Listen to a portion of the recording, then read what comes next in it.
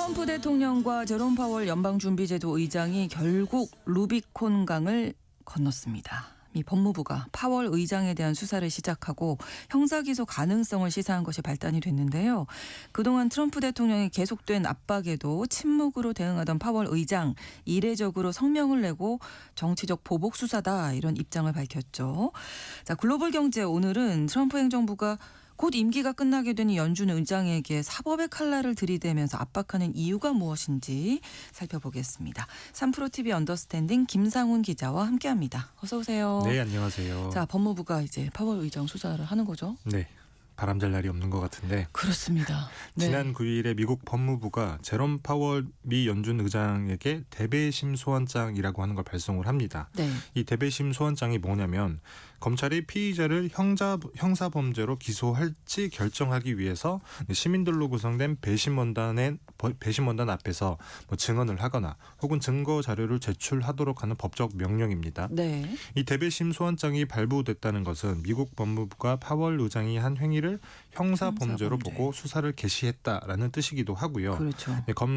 검사가 수사 내용을 제시를 하면 피의자의 증언이나 제출한 자료까지 검토한 뒤에 배심원단이 기소 여부를 결정하기 때문입니다. 네. 어떻게 보면 우리나라에서 기소의 바로 전 단계라고도 네. 할 수 있는데 네. 검사가 수사한 뒤에 기소하는 우리나라 제도와는 조금 다르긴 합니다. 그렇죠. 여튼 혐의는 두 가지인데 첫 번째는 연방 자금을 유용했다라는 혐의를 적용하고 있고요. 네. 그리고 이와 관련해서 지난해 의회 청문회에서 거짓말을 했다라는 위증죄, 이 두 가지를 적용하고 있는 것으로 알려져 있습니다. 네, 구체적인 내용이 뭔가요? 뭘 위증을 하고 어떤 자금을 유용을 했다는 굉장히 건지. 큰 사건인 것 같은데 내용을 들어보면 조금 맥이 빠지실 수도 있습니다. 네. 발단은 2018년으로 거슬러 올라가는데요. 파월 의장의 임기 첫 해인 2018년에 미국 연준은 워싱턴 DC에 있는 본부 건물 그리고 그해 매입한 인접 건물을 리모델링하기로 결정을 합니다. 네. 미국 연준 본부 건물 같은 경우에는 1930년대 지어진 건물이라서 매우 낡았어요. 네. 그래서 건물의 이름도 그 당시 연준 의장인 메리너 S 클래스 이름을 따기도 했는데요. 네. 전기 배선이나 배관 그다음에 공조 시스템 이런 것들도 1930년대 그대로이고요. 특히 1급 발암 물질인 성면이 많다. 그래서 리모델링이 필요하다라고 하는 게 당시 연준의 주장이었습니다. 네. 그래서 2019년에 19억 달러, 우리 돈으로 치면 2.8조 원 정도의 예산을 승인을 받았는데요. 네. 문제는 추진 과정에서 이 비용이 25억 달러, 우리 돈 3.7조 원 정도로 불어났고요. 네. 트럼프 대통령은 30억 달러가 넘는다 이렇게 얘기를 하고 있기도 합니다. 네. 공사비가 불어난 이유가 있기는 해요. 팬데믹 당시에 급격한 인플레이션 때문이기도 하고요. 그다음에 예상보다도 성면이 많았던 게 원인이기도 하고 네. 그다음에 워싱턴 DC의 고도 제한 때문에 지하 시설을 더 늘려야 된다라는 이유 등으로 사업비가 훌쩍 늘어난 겁니다. 네. 근데 트럼프 행정부 예산국장이 이걸 두고 이렇게 공격을 하는데요. 옥상에 테라스도 있고 그다음에 VIP 전용 다이닝 룸도 만들고 그다음에 호화 대리석으로 마감하는 등 파월이 국민 세금을 낭비했다라고 하는 겁니다. 네. 사실 미국 연준 건물의 개보수 같은 경우에는 트럼프 대통령이 파월 의장을 공격할 때 주요 소재로 삼았던 사안이기도 합니다. 네. 지난해 7월엔 이례적으로 리모델링 현장을 직접 방문하기도 했고요. 가봤군요. 네. 예, 검사를 했겠죠. 예. 그다음에 12월 기자회견에선 미국 연준 리모델링을 두고서 세계 역사상 평방피트당 건설 비용이 가장 높은 금액 프로젝트다 이렇게 비난을 하기도 합니다. 그때 당시에 또 고소할 것이다라는 예고를 하기도 했다고 해요. 여튼 감사로도 충분히 대처할 수 있는 문제인 것 같은데 여하튼 트럼프 대통령은 검찰을 통해 기소하는 방법을 선택을 했고요. 만약에 대배심이 검찰 수사 내용, 그다음에 파월 의장의 증언, 그다음에 제출 자료 등을 검토하고 혐의가 있다라고 판단을 한다. 그러면 파월 의장은 현직 중앙은행 총재로서는 역사상 최초로 형사 기소되어 피고인 신분으로 법정에 서게 됩니다. 그렇군요. 형사 기소. 예, 그런데 파월 의장이 사실 5월이 임기잖아요. 맞습니다. 임기가 끝나는데 지금 몇 달 안 남았는데. 그렇죠. 불과 4개월 정도밖에 안 남았는데 목적은 두 가지 정도로 풀이가 돼요. 미국 연준 의장이 입맛에 맞는 이로 바뀌기 전에 빨리 금리를 내리도록 압박을 하겠다. 이렇게 해석할 수 있고요. 네. 그리고 또 하나는 2018년 이후에 금리를 내리라고 압박을 할 때마다 사실은 굉장히 저항을 했던 게 파월 의장이거든요. 그렇죠. 그래서 본보기를 보여주기 위해서 한 것이다. 이렇게 해석할 수가 있습니다. 실제로 파월 의장은 지난 11일에 이례적으로 인터뷰 영상을 공개를 하기도 했는데 뭐라고 했냐면 이 전례 없는 행위는 행정부의 위협과 지속적인 압박이라는 맥락에서 봐야 된다. 그래서 법적인 절차 진행은 구실일 뿐이다. 이렇게 얘기를 하는데요.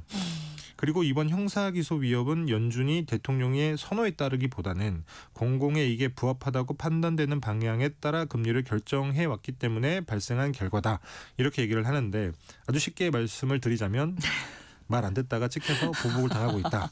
이렇게 얘기를 한 그렇죠. 겁니다. 네. 근데 사실 연방준비제도 독립성이 보장된 기관이잖아요. 네, 맞습니다. 네. 당연하게도 미 연준은 헌법으로 독립이 보장된 기관이거든요. 네. 사실 대통령이 연준 의장을 지명하기는 합니다만 네네. 미국 연방 헌법은 통화 정책의 권한을 의회에 부여하고 있고요.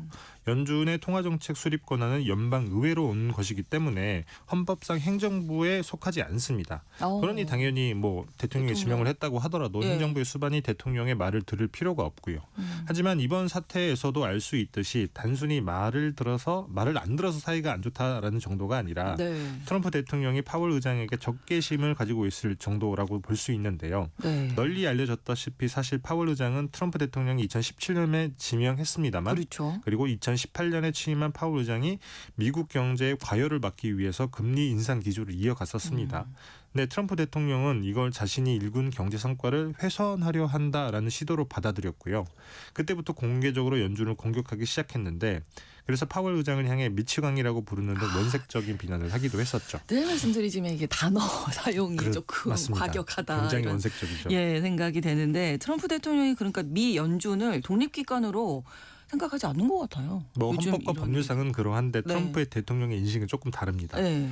트럼프 대통령과 파월 의장의 갈등의 정점이 2019년 8월이었는데 당시 미중 무역 전쟁이 조금 격화하던 시기였어요. 네. 그때 트럼프 대통령이 트위터에 이런 글을 올립니다.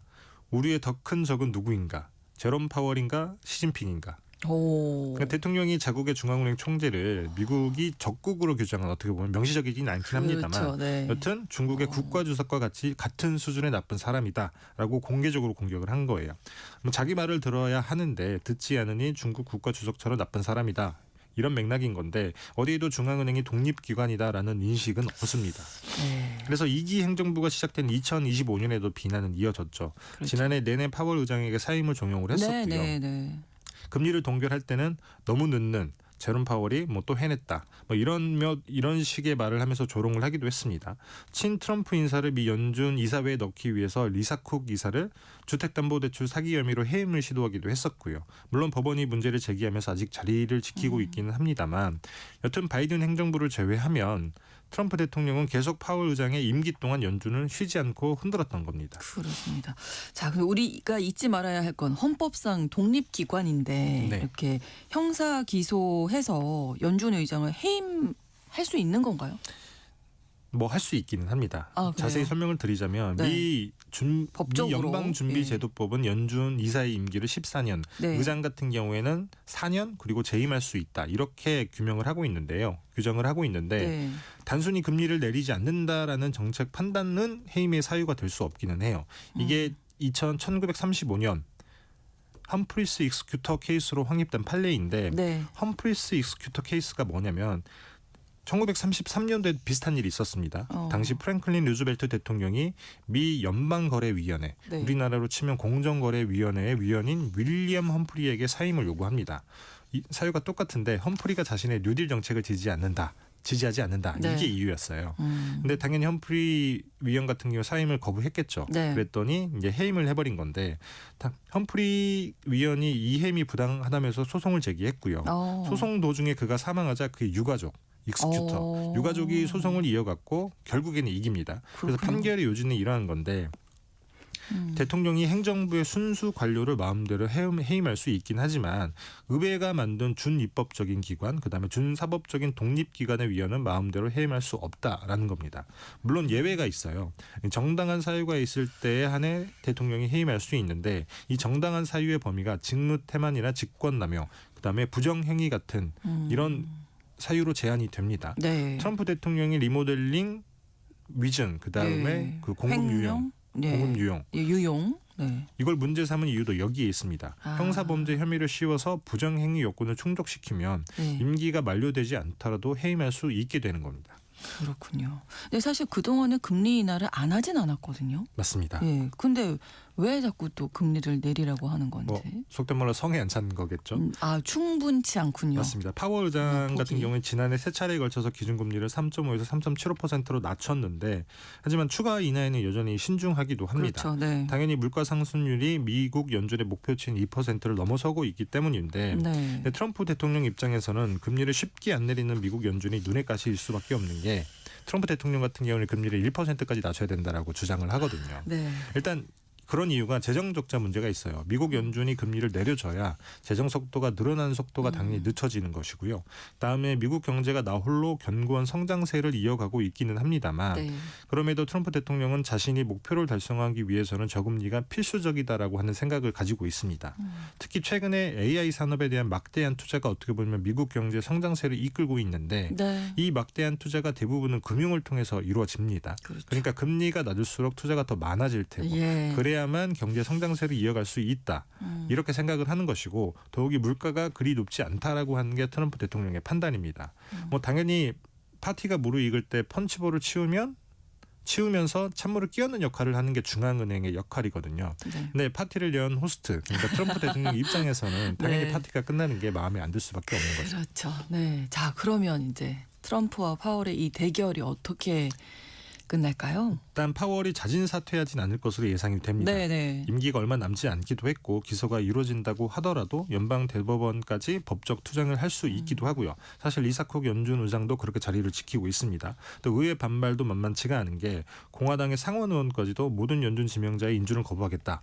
이렇게 얘기를 하고 있기도 하고요. 그다음에 국제사회에서도 비판의 목소리가 높습니다. 13일에 영국, 유럽, 캐나다, 호주, 브라질, 우리나라 이렇게 주요국의 중앙은행 총재들이 공동 성명을 발표를 했는데요. 네. 뭐 재밌는 건 일본은행 같은 건 불참을 했습니다. 그렇군요. 여튼 중앙은행의 독립성은 물가 및 금융 안정의 초석이다. 이번 수사를 신흥국 독재 정권에서나 볼 법한 일이다. 이렇게 얘기를 하면서 강력하게 비판을 합니다. 그래서 일단 남은 4개월 임기는 지킬 수 있을 것으로 보고 있는데 네. 하지만 이 말은 미국 연준이 독립성을 지킬 수 있는 게 고작 4개월 남았다. 라는 말이 되기도 합니다. 물론 더 짧아질 수도 있고요. 그렇죠. 네. 트럼프 대통령 입맛에 맞는 인사가 연준 의장으로 임명이 되면 기준금리를 예상보다 더 내릴 수가 있을 테고요. 그렇죠. 말씀드렸다시피 트럼프 대통령은 기준금리를 1%까지 낮춰야 된다라고 얘기를 하고 있으니까요. 그래서 자칫 잘못하면 미국은 새로운 인플레 시대를 맞을 수도 있다. 이렇게 전망을 할 수도 있습니다. 네. 근데 시장 금리는 왜 이렇게 안 내려가는 걸까요? 이게 조금 어려운 얘기이긴 합니다만 네. 중앙은행이 조절하는 기준금리 같은 경우는 단기 금리예요. 단기.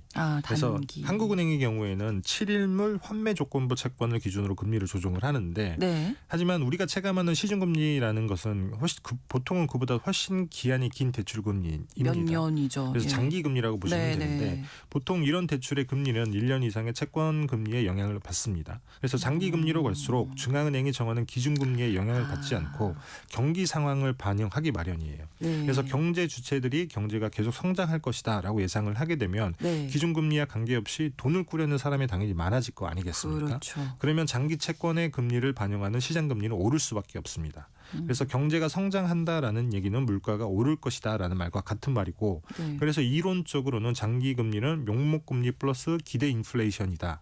이렇게 표현을 하기도 하는 것이고요. 네네. 반면에 경기가 침체될 것이다라고 걱정하는 사람이 많아진다. 반대로 장기 금리가 내리는 것입니다.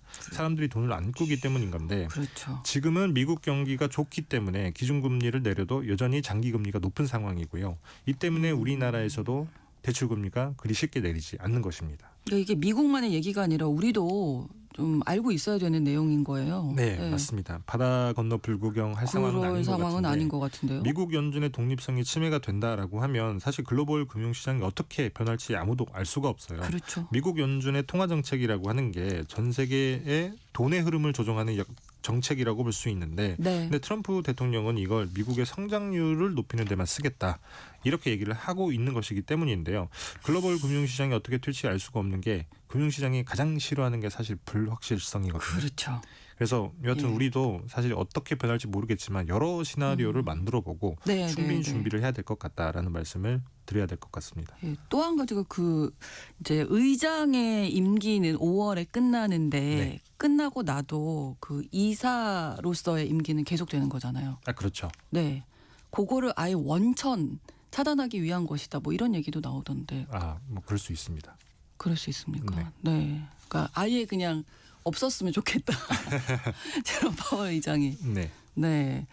그런 여러 가지 생각도 하는데 아무튼 우리 입장에서도 네. 예, 잘 좀 생각을 해봐야 할 것 같습니다. 일단 예상은 양쪽이 4월 말까지는 계속 버틸 것이다 이렇게 보시는 거군요. 그렇습니다. 5월 임기가 끝날 때까지는 버틸 것이다. 네. 트럼프 행정부에서 더 어떤 조치를 취하지는 않을까요? 이거 말고 다른 조치를 취할 수 있는 게 있을까 싶기는 해요. 일단 배심원단에서 어떻게 판단하느냐가 가장 중요하고요. 네. 그런 다음에는 요거 말고는 어쨌든 부정행위라고 하는 거를 덮어씌울 수 있는 게 많지 않기 때문에 네, 네. 일단 거기에 주력하지 않을까라고 생각을 하고 있습니다. 네, 알겠습니다. 트럼프 대통령과 파월 의장이 정면 충돌한 상황인데 어떻게 이 사건이 또 진행이 될지는 좀 네. 계속 지켜봐야 되겠습니다. 글로벌 경제 3프로TV 언더스탠딩 김상훈 기자와 함께했습니다. 고맙습니다. 네, 감사합니다. KBS 라디오 신성원의 오늘 세계는 마치겠습니다. 내일 오전 11시 5분에 다시 뵙겠습니다. 고맙습니다.